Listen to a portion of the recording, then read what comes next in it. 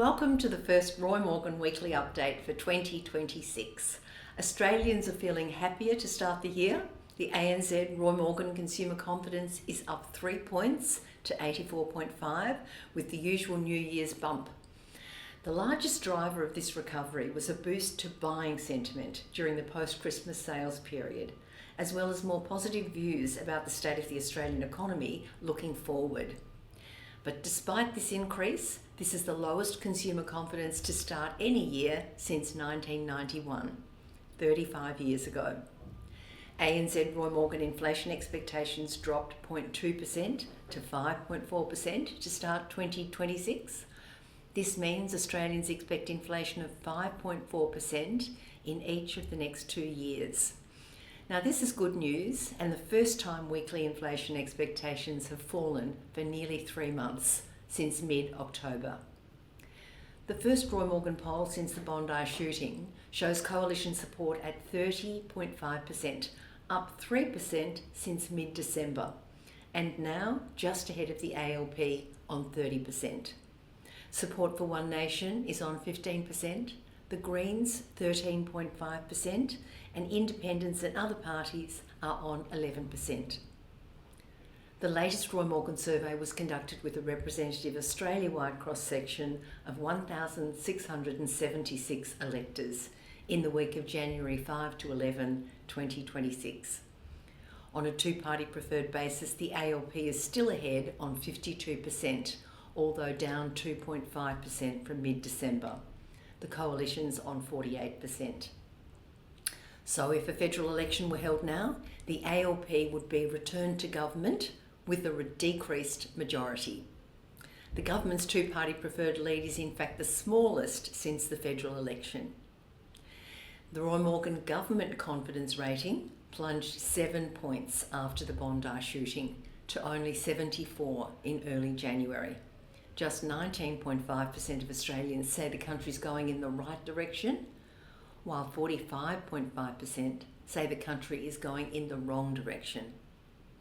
The results from a special Roy Morgan poll on terrorism show many Australians blame Albanese and his government for the shooting. More on that in a minute.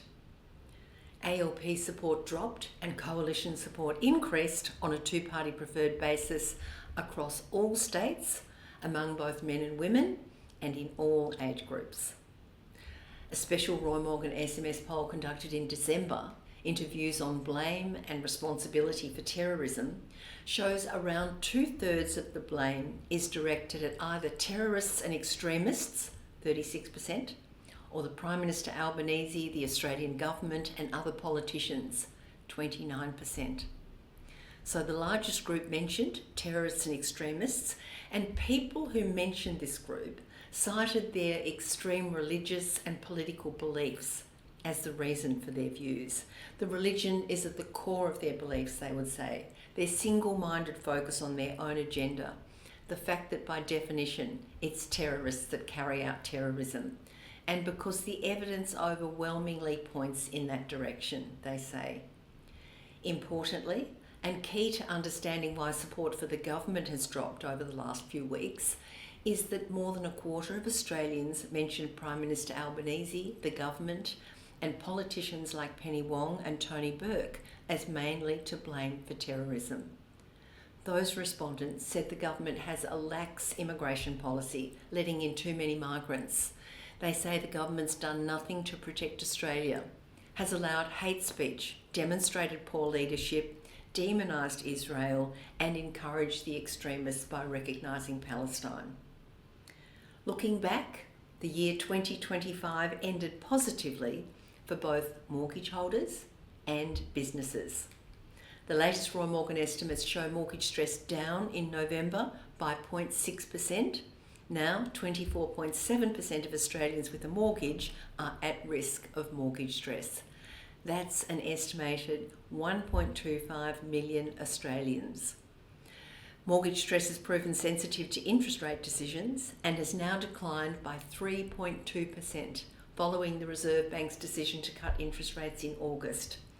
This is the lowest level of mortgage stress for 3 years, since early 2023. But recent indications are that there will be no more interest rate cuts in the near future, and there's a growing possibility of the Reserve Bank raising interest rates. Now to business. Australia's businesses grew significantly more confident in December, up 6.3 points to 105, the highest rating for the indicator for 9 months since March last year. The biggest driver of that change was businesses being significantly more confident about their own business prospects, which drove over 80% of that monthly increase.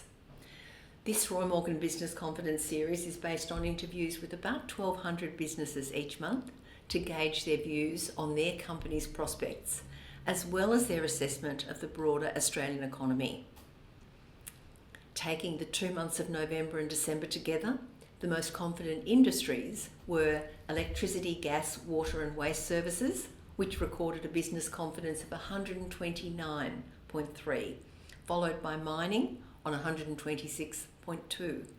At the other end of the scale, we have retail trade on only 71.1 and agriculture, forestry and fishing on just 79.3, both well below any other industries. That's it for today, but looking forward to next week, I'll be back to bring you the latest data for consumer confidence, inflation expectations, monthly unemployment, and the latest on New Zealand voting intention, government confidence, and ANZ Roy Morgan New Zealand consumer confidence. Thanks for listening. See you next week.